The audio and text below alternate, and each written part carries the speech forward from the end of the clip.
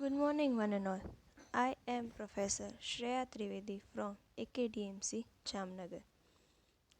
Hope you all are fine in this pandemic situation. This is the general lecture for everyone.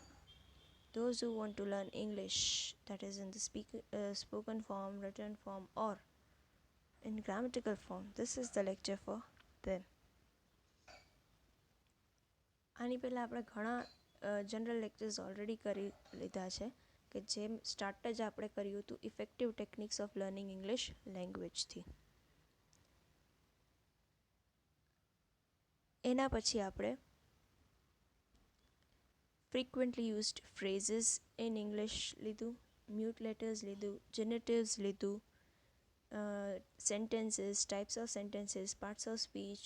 Individually we have discussed parts of speech, subtypes of sentences, then we have done tenses, then verbs and its forms, then we have done auxiliary verbs. Today we are going to discuss something new, that is some adverbs and conjunctions. હવે તમે કહેશો આ તો already parts of સ્પીચમાં આવી ગયું છે. Yes, આવી ગયું છે, પણ એને ઇન્ડિવિજ્યુઅલી સરખી રીતે ડિટેલમાં ડિસ્કશન આપણે આ લેક્ચરમાં કરીશું. એડવર્બ્સ એટલે કે ક્રિયા વિશેષણ, કન્જંક્શન્સ એટલે સમુચ્ચય બોધક.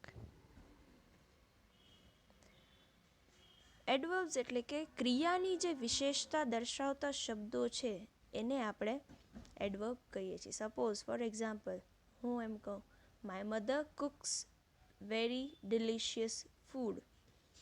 હવે આમાં વેરી ડિલિશિયસ જે છે એ છે એડવર્બ, કારણ કે ક્રિયા દેખાડે છે. કુકની ક્રિયા શું છે? Very delicious. બરાબર, નાઉનની વિશેષતા છે પણ વર્બની વિશેષતા છે. બીજો એક એક્ઝામ્પલ લઈ, શી સિંગ્સ વેરી વેલ.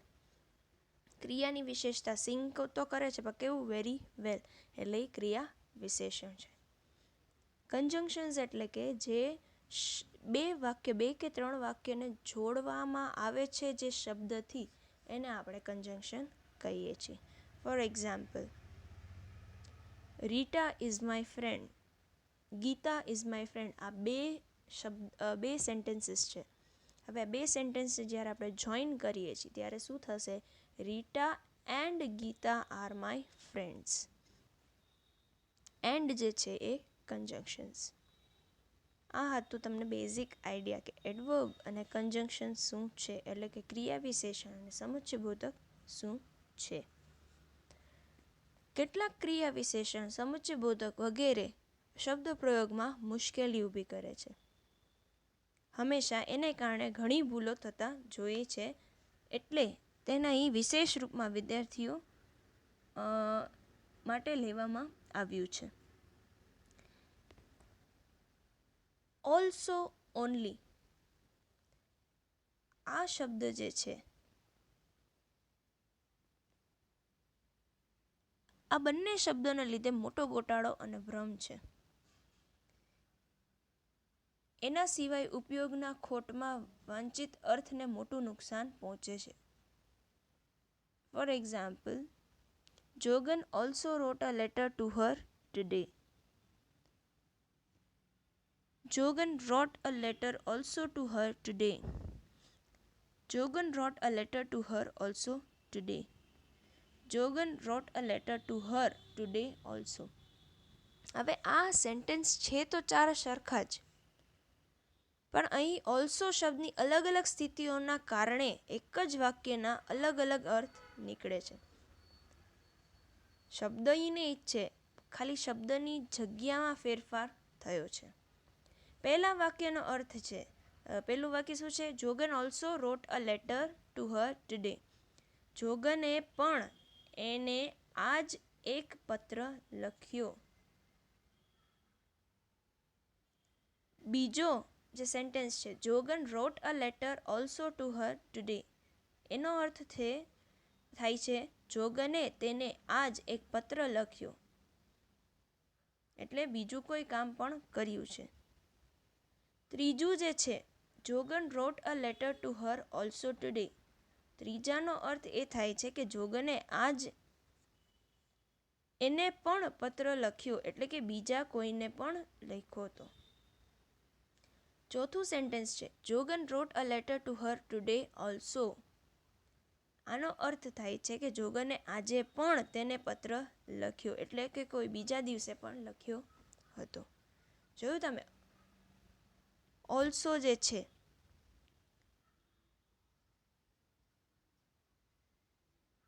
એ છે તો ખરી સેન્ટેન્સમાં, પણ એ કઈ જગ્યાએ વાપરવામાં આવે છે એનાથી સેન્ટેન્સના મિનિંગમાં ઘણો ફેરફાર થાય છે.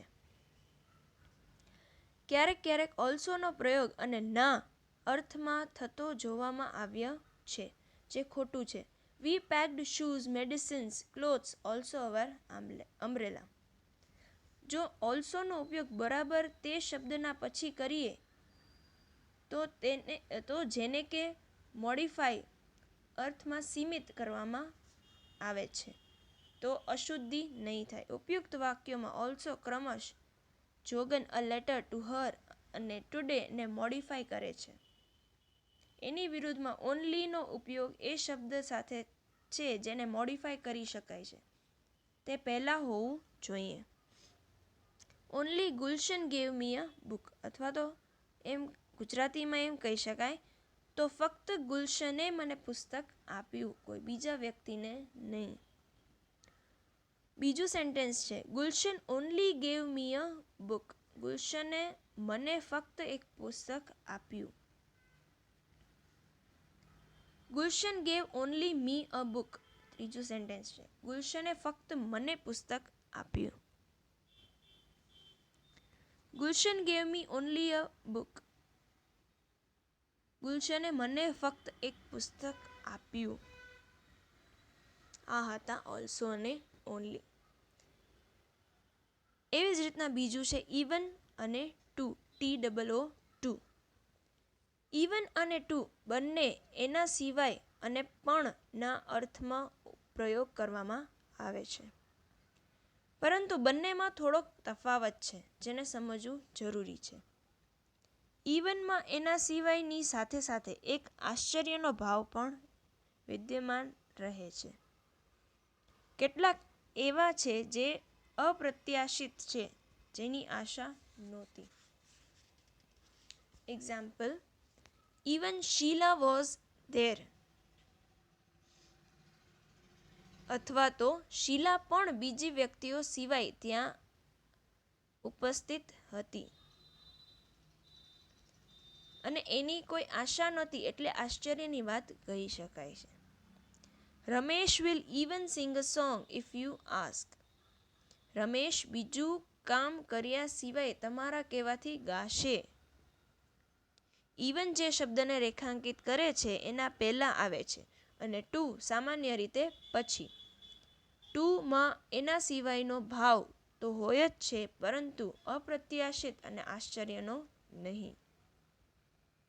વી too will do what we can for you.